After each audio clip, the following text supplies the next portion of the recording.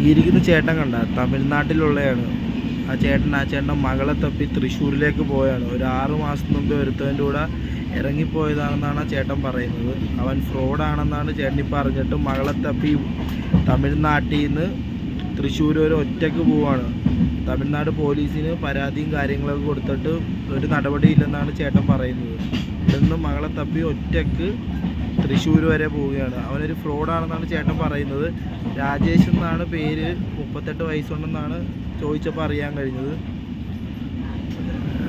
Rajesh age അവൻ ഊര് ഇപ്പം മോളുമായിട്ട് താമസിക്കുന്ന ഫ്രോഡ്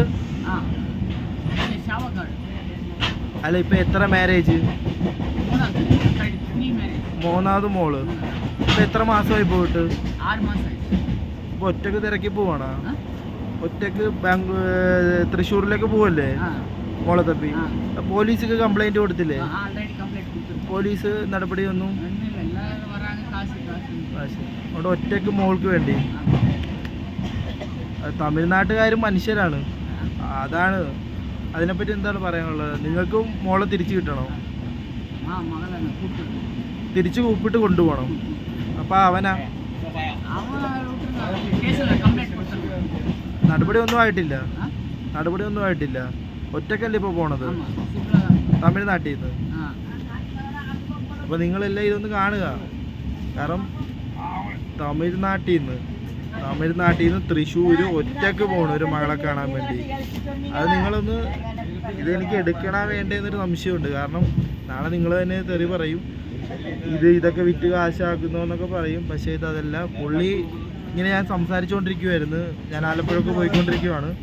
അപ്പോൾ പുള്ളി എന്നോട് കുറേ സംസാരിച്ച് കാര്യം പറഞ്ഞ് ഞാൻ യൂട്യൂബറാന്ന് പറഞ്ഞപ്പോൾ എന്നോട് ചോദിച്ചൊരു വീഡിയോ എടുക്കാവാ, ഇത് ജനങ്ങൾ അറിയണം.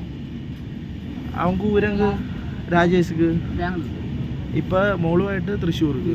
അവൻ്റെ ഫാദർ നെയിം രാജേഷ് അറിയില്ല. അവൻ്റെ നെയിം അറിയാമെന്നാണ് പറയുന്നത്.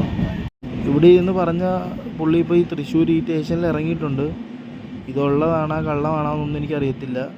പുള്ളി ഇവിടെ തിരക്കിയപ്പം ഈ ട്രെയിനിലൊരു ഇച്ചിരി പ്രശ്നമൊക്കെ ആയിരുന്നു എന്ന് പറയുന്നു. അപ്പോൾ ഞാൻ ചോദിച്ചപ്പോൾ പറഞ്ഞത് മകളുടെ ഇതുകൊണ്ട് ടെൻഷൻ കൊണ്ട് പോയപ്പോൾ അതുകൊണ്ട് പറ്റിയപ്പോൾ ഒരാളോട് ചൂടായെന്നാണ് അറിഞ്ഞത്. ഇവിടെ ചോദിച്ചപ്പം ചിലർ പറയുന്നത് വെറുതെ ആണ് എന്നൊക്കെയാണ്. എന്താണെന്ന് എനിക്കറിയത്തില്ല. ഇതുള്ളതാണെങ്കിൽ നിങ്ങളെ ഒന്ന് അറിയിച്ചതാണ്.